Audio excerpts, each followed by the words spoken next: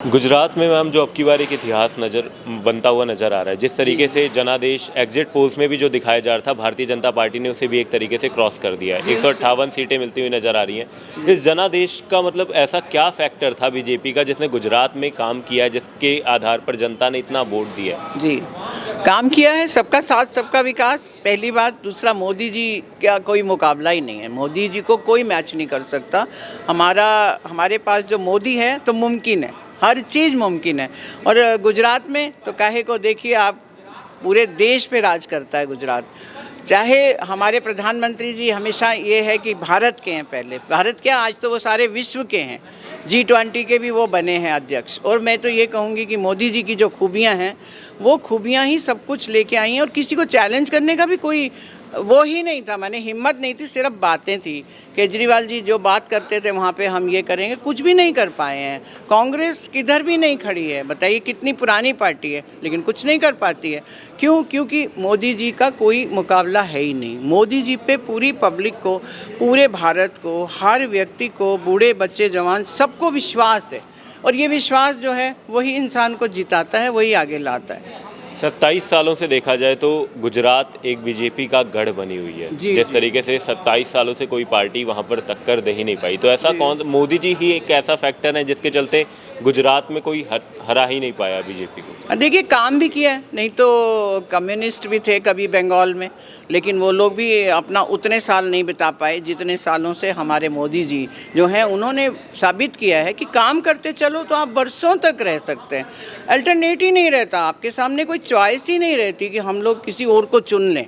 तो चुना है उन्होंने इसीलिए है कि आप ये देखिए कि हमारे पास में मोदी जी अगर हैं, काम भी हो रहा है, सब कुछ मिल रहा है वहाँ पे, हर चीज़। माने उन्होंने बच्चों का भी विकास किया, बड़ों का, बुज़ुर्गों का, हर पहलू पे काम किया। कोई ये नहीं कि काम नहीं हुई।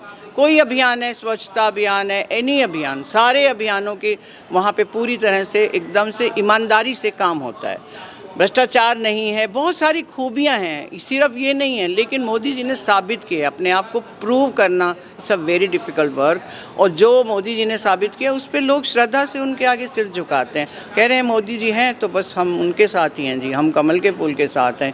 क्यों हैं? क्योंकि हमारे मोदी जी जो हैं और अमित शाह साहब हैं, वो बहुत काम करते हैं। उन लोगों को वो काम करते दिखते हैं, महसूस होता है कि हाँ, हर जगह, हर क्षेत्र में पहुँचे हैं, हर कोने को उन्होंने कवर किया है। तो इस वजह से गुजरात के लोग तो प्राउड फील करते हैं, अपने प्राउड को कम थोड़ी करते। प्राउड को उन्होंने और बढ़ाया है। मैं बहुत धन्यवाद करती हूँ, बहुत ज़्यादा शुक्रिया अदा करती हूँ हमारे गुजराती भाइयों का, बहनों का, बहुत ज़्यादा युवा साथियों का। बहुत मैं उनका धन्यवाद करना चाहती हूँ कि वाकई आप लोगों ने साबित किया है कि जहाँ काम होता है वहाँ पे पूरी तरह से जीत होती है, जिससे एक सबक मिलता है कि काम करिए। अगर काम नहीं करेंगे कुछ नहीं मिलेगा, बिल्कुल भी। हिमाचल प्रदेश में देखा जाए तो अभी जनादेश कुछ साफ नहीं है। कांग्रेस और बीजेपी के बीच 19-20 का एक फ़र्क नज़र आ रहा है। वहाँ पर अन्य पार्टी जो है, अन्य पार्टियों के पास इस वक्त 5 सीटें हैं, तो वो कहीं 5 सीटें इन दोनों ही पार्टियों का खेल ख़राब करती हुई नज़र आ रही हैं आपको?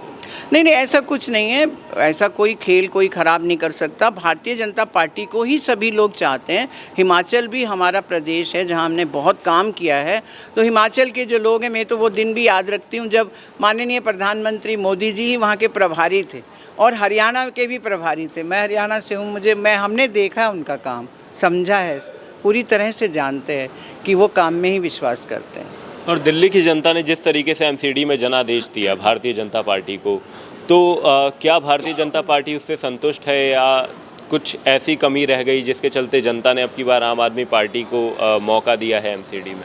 देखिए, उस पर विचार हो रहा है कि भी किस तरीके से कहाँ पे कोई कमी रह गई है, लेकिन अदरवाइज़ हमने बहुत अच्छा किया है। बीते 15 सालों में जिस तरीके से बीजेपी ने आम आदमी पार्टी भी इस वक्त लगातार रेस में बनी हुई थी, पर जो बीते 15 सालों के भारतीय जनता पार्टी के काम थे, जनता ने क्या उन्हें देखा, उसके बाद से जो रिजल्ट्स निकल कर सामने आए, तो क्या भारतीय जनता पार्टी उससे थोड़ा सा संतुष्ट है कि 104 सीटें आई?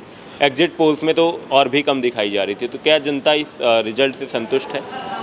देखिए, ऐसा है, हम देखते हैं ना वो कितना एक काम करते हैं। 15 साल से काम में लगी हुई थी भारतीय जनता पार्टी, अब उन्हें मौका दिया है तो काम देखना उनका, कुछ नहीं, सिर्फ बातें ही बातें हैं। और वो क्या बोलते थे कि हम तो पूरी के पूरे 250 में से समझो 5 सीट उनकी आएंगी, 245 तो हमारी आएंगी।